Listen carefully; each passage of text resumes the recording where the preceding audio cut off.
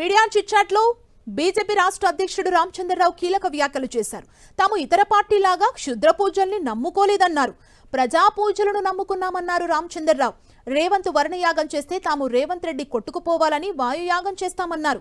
ప్రస్తుతం కాంగ్రెస్ ప్రభుత్వం చేపడుతున్న నిర్ణయాల వల్ల రాష్ట్ర ప్రజలందరూ ఇబ్బందులు పడుతున్నారని ఆరోపించారు రామచంద్రరావు. రేవంత్ ప్రభుత్వం తీసుకొచ్చిన హైడ్రాపై హైకోర్టు మొట్టికాయలేసిందన్నారు. బాలాపూర్ నాదర్గుల్ వద్ద భూములన్నీ ప్రభుత్వ భూములు, భూదాన్ భూములేనని వాటిని పేదలకు ఇవ్వాలని డిమాండ్ చేశారు. కానీ వాటిలో ఇల్లీగల్ కన్స్ట్రక్షన్ ఎలా జరుగుతోందని ప్రశ్నించారు. వాటిని కాపాడాల్సిన బాధ్యత హైడ్రాపై లేదా అని నిలదీశారు రామచంద్రరావు. మజ్లిస్ ఆస్తులపై కోర్టు చెప్పాక కూడా ప్రభుత్వం తప్పించుకునే ప్రయత్నం చేస్తుందని ఆరోపించారు. ఇటు హెల్త్ పాలసీ తీసుకొస్తే అది హాల్ట్ అయిందని ఎద్దేవా చేశారు.